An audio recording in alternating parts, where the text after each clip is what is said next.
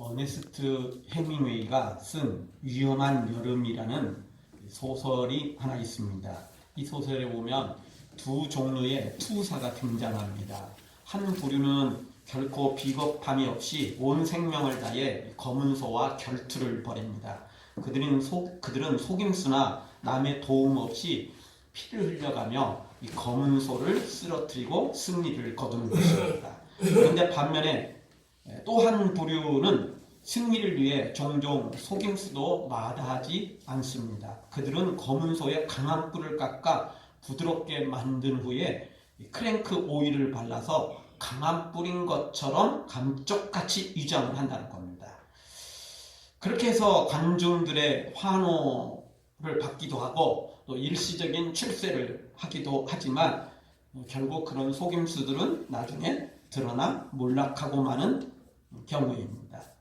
사람들이 이렇게 속임수를 쓰며 살아가는 것이 다반사입니다. 안 걸리기만 하면 되는 시대가 지금 시대입니다. 그래서 사람들이 이따금씩 걸리지나 말지 이런 말을 종종 합니다. 그 말이 상당히 지혜로운 말 같지만 또 그만큼 세상이 악해졌고 있다. 왜? 안 걸리기만 하면 괜찮은 시대에 살고 있다는 이야기죠. 그러나 여러분, 우리가 기억해야 됩니다. 세상에는 설사 걸리지 않는다 할지라도 하나님은 다 보고 계십니다. 아멘. 하나님은 다 그것을 평가하고 계신다는 것입니다. 아멘. 우리 하나님은 골방에서 행하는 것조차도 다 보고 계시고 평가하고 계시는데 속임수로 쓴 것을 하나님 모르시겠습니까? 여러분, 세상에서 죄가 아니라고 죄가 아닌 것이 아니고 세상에서 죄라고 해도 또 전부 다 죄가 되는 것도 아닌 것입니다. 따라서 오늘 우리는 세상 기준으로 살아가서는 안 됩니다. 그래서 성경은 사람이 보기에는 옳은 길 같고 사람이 보기에는 바른 길 같아도 필경 사망의 길이 있는 것입니다. 그런데 사람들이 보기에 저거 별 볼 일 없는 길이고 사람들이 보기에 미련하고 어리석은 길이라도 결국 생명의 길로 나아가는 십자가의 길도 있는 것입니다. 오늘 성경 13절에 보면 광명을 배반하는 사람들이 등장합니다. 13절 또 광명을 배반하는 사람들이 이러하니 광명을 배반하는 사람들 이 빛을 반역하는 사람들입니다. 빛을 반역했다는 것은 빛으로 행하지 않고 어둠 속에 살았다는 이야기입니다. 더럽고 추한 곳에 살고 있다는 것입니다. 여러분, 우리 하나님은 빛이시죠? 그래서 항상 어둠이 없습니다. 우리 하나님은 항상 죄가 없습니다. 추하고 악한 것들이 없습니다. 그런데 사람들은 선악과를 따먹은 이후로부터는 바로 이 어둠을 좋아합니다. 빛으로 잠깐 나오다가도 또 금세 숨어 들어가는 것이 이 사람입니다. 그래서 죄인이라고 하는 것입니다. 그래서 오늘 성경에 광명을 배반하는 자들이라고 말하는 것입니다. 여러분, 아담과 하와가 선악과 따먹고 난 다음에 하나님이 찾아오셨을 때 아담과 하와가 어떻게 했죠? 나무 사이에 들어가서 숨었습니다. 여러분, 나무 사이에 들어가면 어떻게 되죠? 잘 안 보이기도 하지만 그곳이 왜 또 잘 안 보입니까? 어두우니까. 나무 사이에 들어가면 햇빛이 가려지거든요. 그늘지거든요. 어둡습니다. 빽빽한 나무가 있다면 더더욱 어둡죠. 그래서 이렇게 죄 짓고 난 다음에는 사람들이 어두움을 좋아합니다. 왜? 밝으면 드러나니까. 또 죄 짓는 사람도 당연히 어두운 걸 좋아합니다. 죄 짓는 사람들 CCTV 있는지 없는지 확인합니다.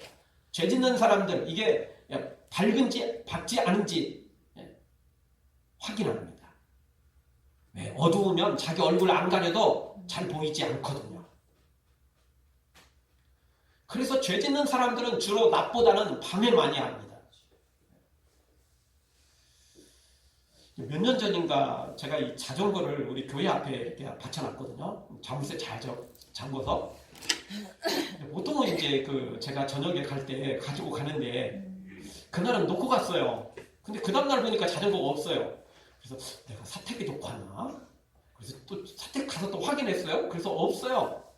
아, 그래서 이게 누가 가져갔다 싶어서 이제 우리 건물에 CCTV가 있거든요. 확인을 했어요. 그랬더니 새벽에 누군가가 그 자전거를 뭐 왔다 갔다 하고 뭐 또 이렇게 보더니 그냥 이렇게 이거 세 줄 끊는 거 있잖아요. 그거 갖다 그냥 꽉 하고 그냥 그리고는 그냥 타고 가버리는 거예요.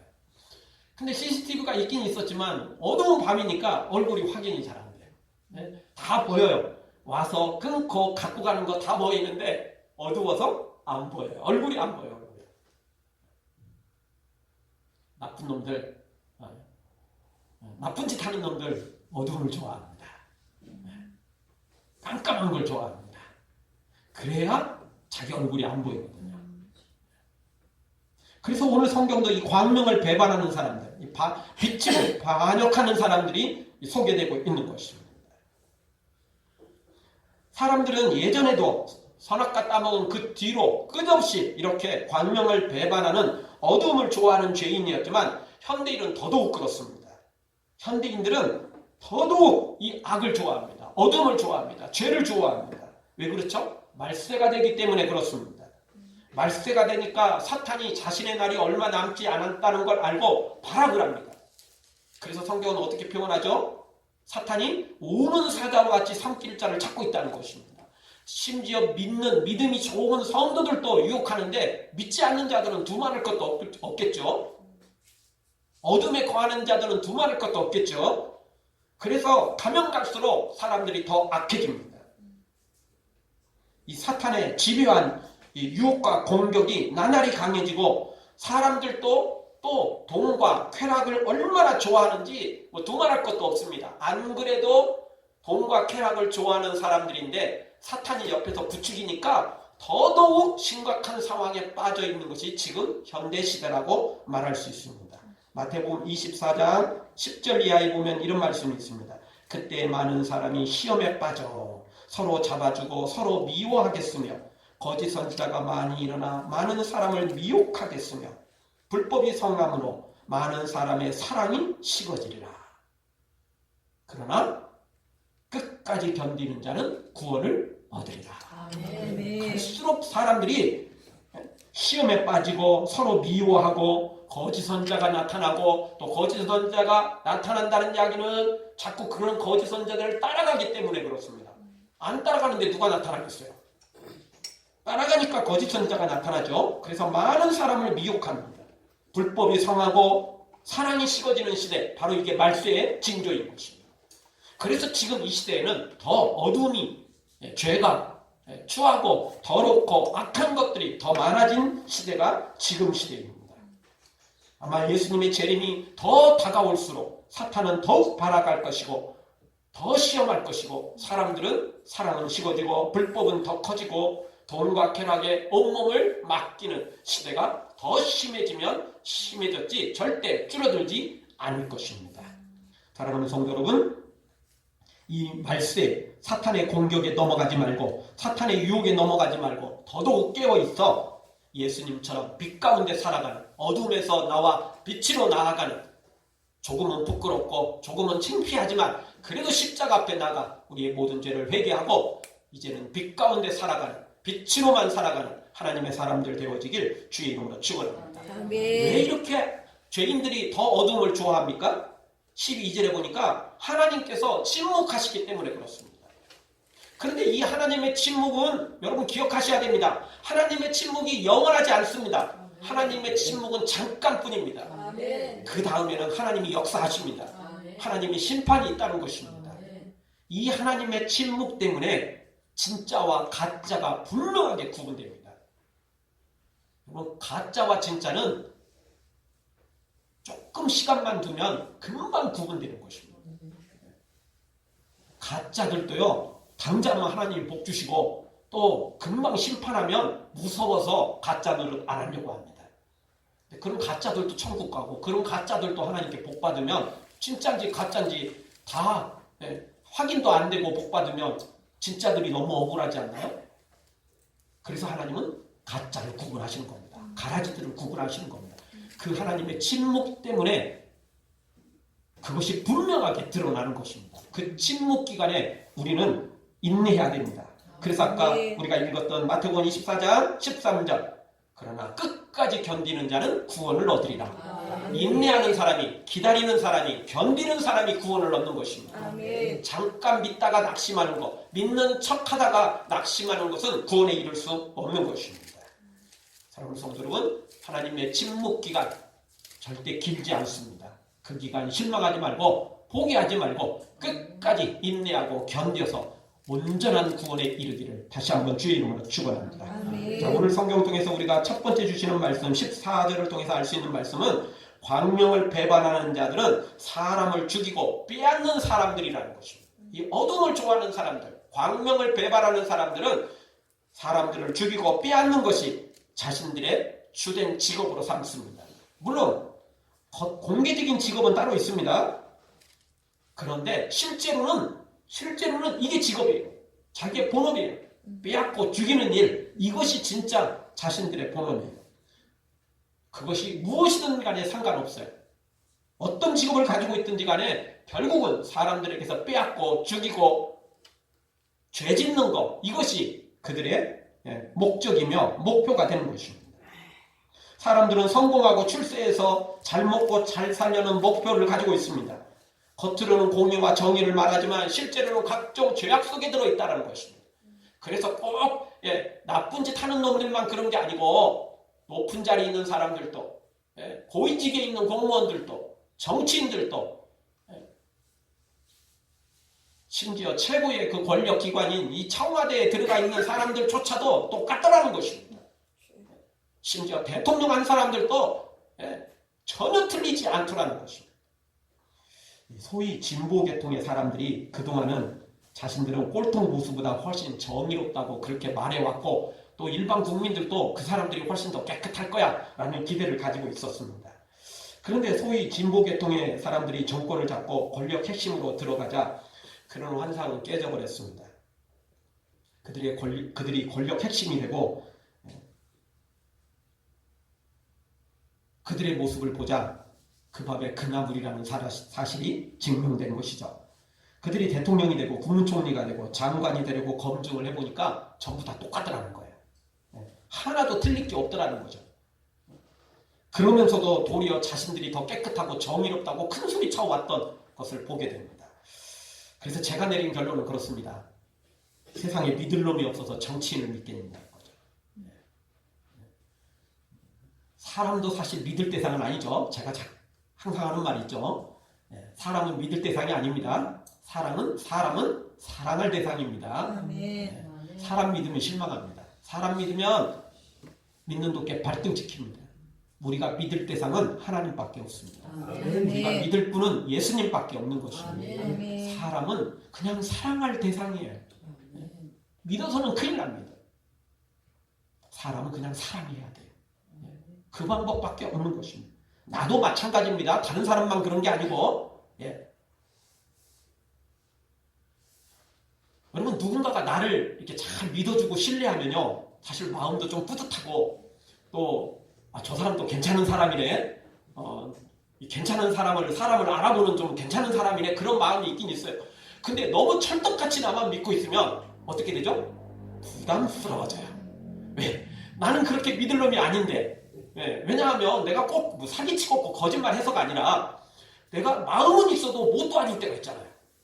그래서 나는 온전히 믿을 만한 사람이 못 돼요. 사실 꼭 나쁜 짓을 해서 못 믿는 게 아니라 도와줄 마음은 있어도 못 도와줄 때가 많은 거예요. 또 도와준다고 했는데 그게 꼭 유익이 되는 게 아닐 때도 많거든요. 그러니까 사실 너무 나를 찰떡같이 믿으면 부담돼요.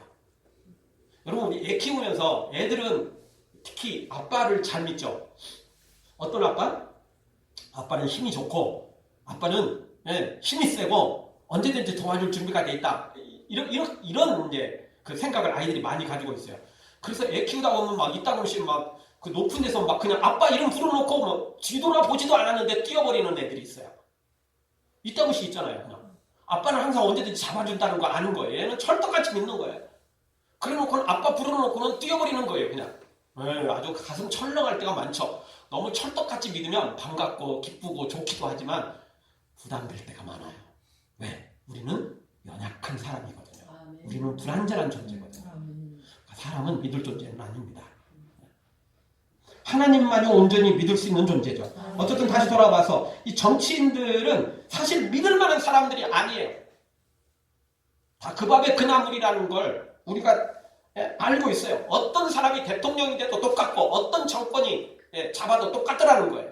어떤 사람이 돼도 다 거기서 거기더라는 거예요. 별로 바뀐 것도 없어요. 물론 많이 바뀌었습니다. 그런데요, 바뀐 것 같은데 또 뒤로는 또 한쪽을 보면 더 나쁜 놈들이 있더라는 거예요. 다 거기서 거기더라는 거죠.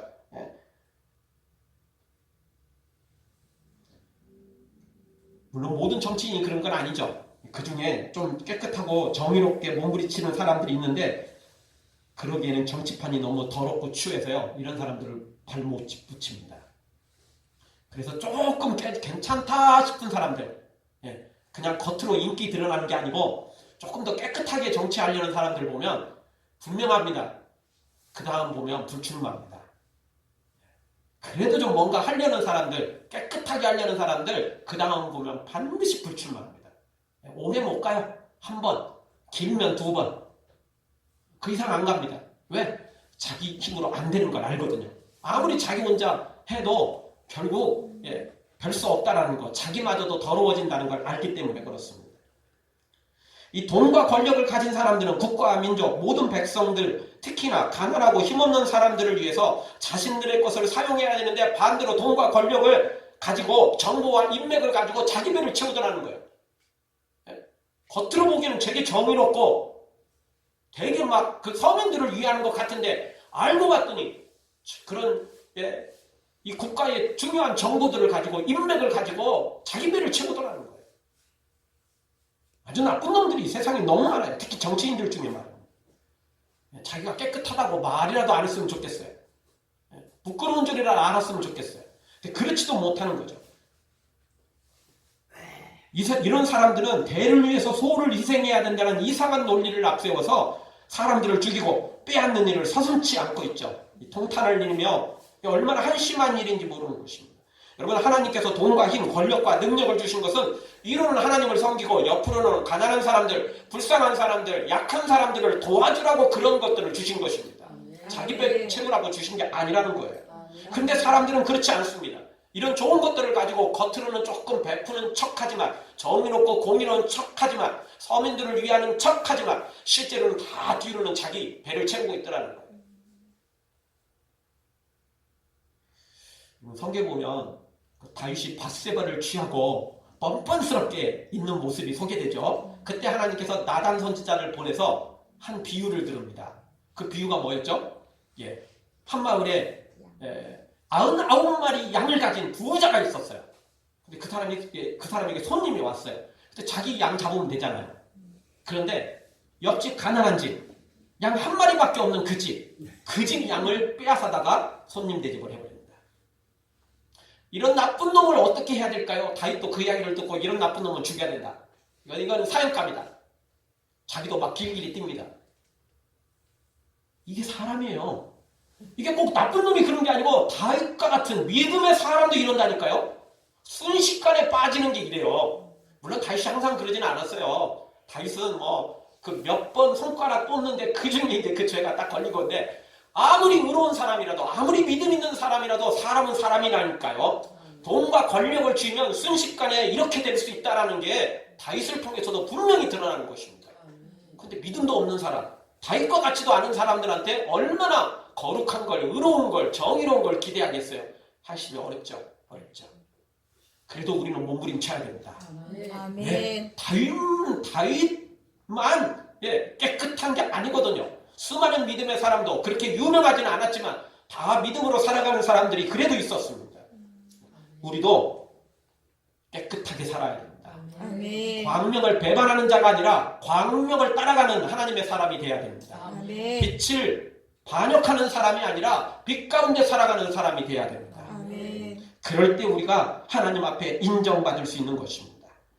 솔로몬도 돈과 권력이 넘치기 전에는 1000번제를 드리고 하나님 저에게 지혜 주시면 주의 백성을 잘 다스리겠습니다. 주의 뜻대로 살아가겠습니다. 이러면서 1000번제를 드렸고 그렇게 하나님이 또 소원을 말할 때 돈과 권력, 부귀 영화를 구하지 않고 지혜를 구하기도 했는데 그가 돈과 권력에 취하다 보니까 어느 순간 천명의 여인들을 거느리고 나중에는 그 이방 신전을 짓고 하나님이 꿈에 나타났는데도 이번에는 거들떠보지도 않고 외면하고 그리고는 자기 길을 가는 솔로몬의 모습을 우리가 보게 됩니다.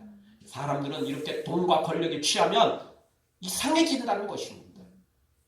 사랑하는 성도 여러분, 돈과 권력에 취하지 말고 세상 쾌락에 빠지지 말고 이 어둠을 우리는 몰아내고 예수님처럼 온전히 빛에 거하는 빛 가운데 살아가는 하나님의 사람들 되어지기를 주의 이름으로 축원합니다. 아멘. 그러면 우리는 끊임없이 십자가 앞에 나와야 돼요. 아멘. 자기 의를 내세우는 순간 시험에 빠집니다. 자기 의를 내세우는 순간 이 교만에 빠지고 결국 하나님을 멀리하게 되는 것입니다.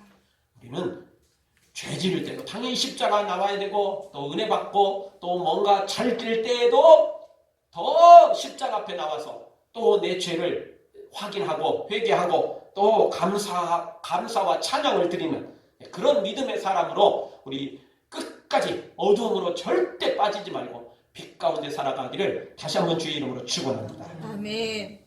우리 한번 따라서 하겠습니다. 죽이고 빼앗는 것이 죽이고 빼앗는 것이 어둠에 거하는 것입니다. 어두움에 거하는 것입니다. 죽이고 빼앗는 거 당연히 어둠입니다. 광명을 배반하는 것입니다. 무슨 일이 있어도 우리는 이 광명을 배반하는 것에서 벗어나야만 되는 것입니다. 아멘. 두 번째 주시는 말씀은 광명을 배반하는 자들은 또 간음하는 자들입니다. 15절 간음하는 자의 눈은 저물기를 바라며 아무 눈도 나를 보지 못하리라 하고 얼굴을 변장하며 이 돈과 권력을 가진 사람들의 마지막은 항상 뭐냐면 성적 타락입니다. 어떤 사람이든 똑같습니다. 마지막에 돈과 권력을 쥐고 타락하는 마지막 단계는 성적 타락입니다. 여기에서 벗어날 사람은 없습니다.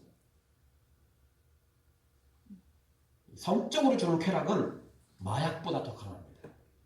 세상에 그 어떤 것보다 더 강하죠.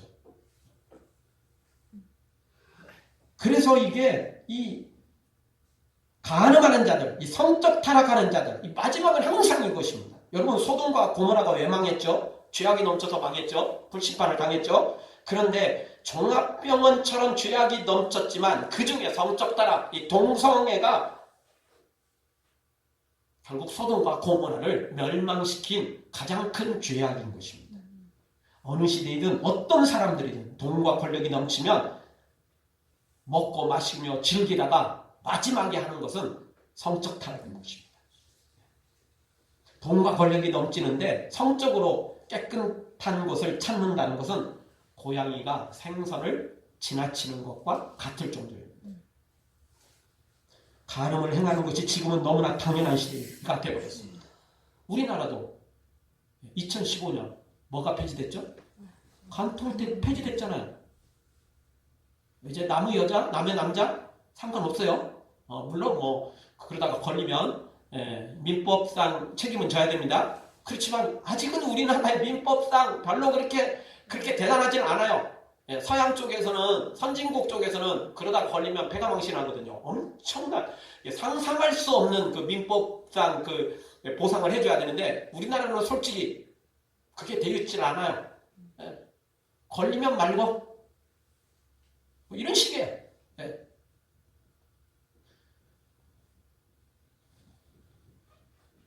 여러분 간통죄가 세상은 없어졌어요. 우리나라도 없어졌어요. 그 죄가 아니에요. 민법상으로는 책임을 져야 되지만 형사상 죄가 아니라고요. 그런데 여러분 그게 죄가 아니라고 죄가 아닌 겁니까? 세상에서 아무리 죄가 아니라고 큰 소리 쳐도 국회에서 제정을 하고 모든 사람들이 다 박수 쳐줘도 하나님 앞에는 그게 죄인 것입니다. 아멘. 절대 자유로울 수 없는 것입니다. 아멘. 그리고 이제는 동성애도 합법입니다. 많은 서양 국가들이 그렇습니다.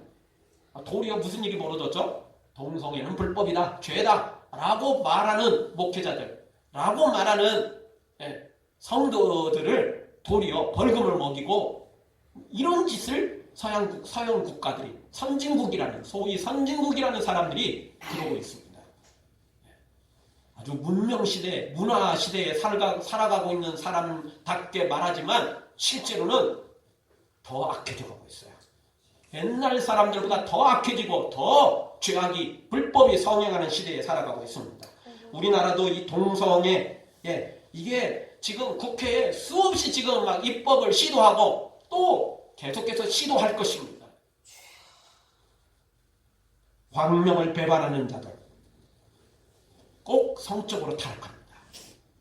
우리는 하나님 앞에서 빛에 거하는, 거룩하는, 정말 하나님께 우리의 모든 걸 다 드려야 되는데 우리의 몸으로, 다른 죄들은 우리 다 몸 밖에 있는 겁니다. 우리 몸으로 짓는 건 사실이지만 몸 밖에 있는 건데 이 성적으로 짓는 죄는 우리의 몸으로 짓는 거죠. 몸 안에 있는 겁니다. 모든 것이 다 죄지만 특별히 이 성적 타락을 우리가 더 주의해야 됩니다. 왜? 그런 시대니까. 간통죄도 폐지되고 동성애도 이제 괜찮다. 이런 시대에 우리가 살아가고 있기 때문에 그렇습니다.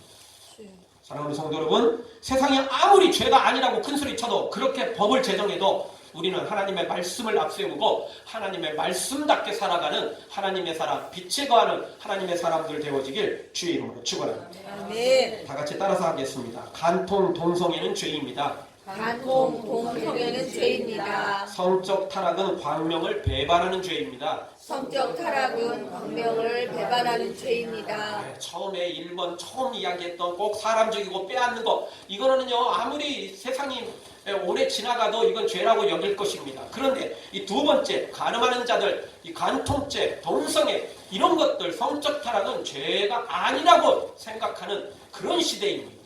그러나 우리 기억해야 됩니다. 그런 것들 전부 다 죄라는 것입니다.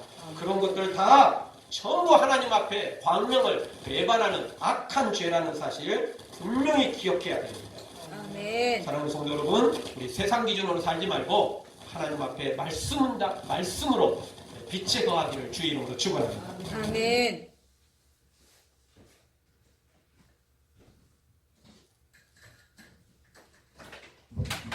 마이크가 조금 이상했습니다. 마지막 세 번째 주시는 말씀은 이 광명의 길을 모르는 사람들이기 때문에 이런 일을 행하면서도 죄라고 여기지 않는다는 것입니다. 물론 그 사람들이 광명에 대해서 전혀 모르는 건 아닙니다. 광명에 대해서 그 사람들도 알긴 알아요. 그런데 그건 머리로만 알 뿐 마음으로는 모르는 겁니다. 야고보서 2장 19절에 보면 이런 말씀이 있습니다. 내가 하나님은 한 분이신 줄 믿느냐? 잘하는도다. 귀신들도 믿고 떠느니라. 귀신들도 하나님은 한 분인 걸 안다는 거예요. 아멘. 근데 귀신들은 하나님을 안 믿어요. 단지 두려워 벌벌 떨 뿐이에요. 사람들도 알긴 알아요. 무엇이 선인지 나쁜지 다 알아요. 아무리 간통죄 없어졌다고 해도 남의 남자 남의 여자 가르치는 것은 나쁜 짓인 것 본인들 알아요. 다 양심이 가르치거든요. 양심이 가르치거든요. 본인들도 알아요. 모르는 게 아니에요. 아는데 절대 행하지는 않습니다. 자기 스스로 우겨요. 이건 아니야. 그리고는 나중에는 자기가 자기를 속이는 것입니다. 양심을 속이는 거죠. 이런 사람들을 성경은 양심에 화인 맞은 사람들이다 라고 소개를 하고 있죠. 양심이 죽었다는 거예요. 양심을 죽여놓으니까 어떻게 돼요? 불법이 도리어 의가 되는 거예요. 악한 죄가 도리어 당당한 게 되는 거죠. 선한 게 미련해 보이고 베풀고 나누는 사람들이 어리석게 보이는 거예요. 그거 다 남의 거 빼앗아도 내 마음에 다 차지 않는데, 내 창고에 다 차지 않는데 왜 남의 걸 왜 남에게 베풀어요? 왜 그렇게 미련하고 어리석은 짓을 살아요? 이게 세상 기준이 되어가는 것입니다. 그러나 우리는 기억해야 됩니다. 광명을 알았다면 이제 광명의 길로 나아가야 됩니다. 아멘. 빛이라는 걸 알았다면 반드시 빛 가운데 살아야 됩니다. 아멘. 머리로만 알아서는 절대 안 됩니다. 아멘. 그래서 주님도 말씀하셨습니다. 주여 주여 하는 자가 천국에 들어가는 게 아니라는 거예요. 주여 주여 불렀다는 이야기는 예수님이 우리의 구원자라는 걸 알았다는 이야기죠. 천국은 예수님밖에 길이 없다는 걸 알긴 알았다는 이야기죠. 말로만 주여 주여 한 거예요. 예수님 안 믿으면 교회 안 다니면 지옥 갈 것 같으니까 교회는 나왔고 주님은 불렀지만 여전히 돈과 권력, 쾌락, 세상이 좋은 것들이 너무 많은 거예요. 그래서 예수님을 온전히 따르기에는 자신들이 절대 그걸 수용하지 못하는 거죠. 여러분 버릴 거 다 버려야 됩니다. 아멘. 다 내려놓고 내려놔야 됩니다. 아멘. 그래서 예수님은 모든 걸 다 버리고 온전히 예수님을 따라야만 된다라고 말씀하십니다. 좌로나 우로나 치치지 말고 쟁기를 잡고 뒤를 돌아보지 말라는 것입니다. 아멘. 여러분, 하나님이 주신 말씀대로 우리가 살아야 됩니다. 성령께서 우리에게 감동하신 대로 살아야 됩니다. 아멘. 그럴 때 우리가 믿음으로 빛 가운데 살아갈 수 있는 것입니다. 아멘. 잘 알지 못해도 상관없습니다. 믿음으로 살다 보면, 성령의 감동대로 살다 보면 반드시 우리가 빛 가운데로 살게 될 것입니다. 아멘. 그것이 하나님의 뜻인 것입니다. 여러분, 꼭 큰 열매가 안 나타나도 좋습니다. 큰 열매가 안 보여도 상관없습니다. 우리는 항상 성령의 감동대로 살아가다 보면 반드시 하나님의 뜻이 이루어질 것입니다. 아멘. 지난주에는 주일 예배 다 끝나고 집에 우리 공직사님 집에 가는데 갑자기 핸드폰 없다고 막 여기저기 막 찾고 찾았는데 없어요. 네, 없어요. 분명히 가져오신 것 같은데 없대요. 네. 그래서 이제 별 수 없이 이제 가시고 찾으면 연락 주세요. 그리고 이제 내려가셨는데, 그러다가 제가 저 목양실에 있다가 그렇게 이제 또 배웅하고 저 유아실로 들어가는데 방석을 빨아야 했다는 생각이 들어가는 거예요. 아니, 보통 1년에 제가 2번씩 이렇게 세탁기 돌리거든요. 근데 올해는 한 번도 안 돌렸어요. 멀쩡히 잘 입고 이제 생각도 않고 있다가 갑자기 방석이 보이는 거예요. 아, 방석 저거 어떻게 좀 빨아야 되겠다. 그래서 분명히 할 일이 있긴 있었거든요. 네. 근데 엉뚱하게 이게 방석을 이렇게 다 이렇게 벗겼어요. 그래서 빨리. 근데 몇 개 벗기다 보니까 그 사이에 핸드폰이 하나 있는 거예요. 이거 뭐지? 하고 봤더니 공직사니까요. 그래서 연락해가지고 가져갔거든요. 별것도 아닌 것 같지만 여러분, 그냥 성령의 감동대로 살면 꼭 뭔가 이유가 있을 거예요. 우리는 이유를 몰라도 하나님은 이유가 있으니까 그렇게 우리에게 감동을 주시는 거죠. 아멘. 작은 감동이든 큰 감동이든 상관없어요. 그게 위대한 일이든 또 사소한 일이든 상관없어요. 그냥 성령의 감동대로 살다 보면 반드시 하나님의 뜻이 이루어지는 거죠. 아멘. 우리가 큰 일 안 해도 좋아요. 세상에 대단한 일 그렇게 못해도 상관없어요. 하나님은 우리에게 주신 작은 일도 절대 작다고 여기지 않죠. 아멘. 그래서 작은 일에 충성된 자를 하나님 사용하시고 그 작은 일을 절대 작다고 여기지 않는 것입니다. 그러니까 달란트 비유에서 너무나 잘 알지만 반드시 5달란트 받은 사람만 하나님께서 칭찬해 주신 게 아니에요. 2달란트 받은 자도 동일한 하나님의 칭찬과 복을 받았어요. 상급을 받았어요. 하나님은 우리에게 주신 대로 찾습니다. 많이 받았다면 당연히 많이 찾죠. 세상은 그냥 마지막 것만 생각하는데 하나님은 그렇지 않습니다. 그렇게 하면 솔직히 하나님 너무 불의하죠. 그렇지 않아요? 누구는 태어날 때부터 천재로 태어난 사람 있잖아요. 솔직히 IQ가 천재든 음악성으로 천재든 체육으로 천재든 어떤 손기술 이거 그렇게 태어나는 사람 있잖아요.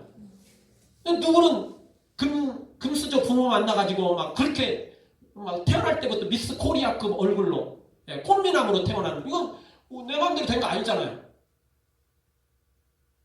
그렇게 하면 너무 억울하지 않아요, 우리? 하나님은 그걸 다 감안해서 평가하십니다. 상관없습니다.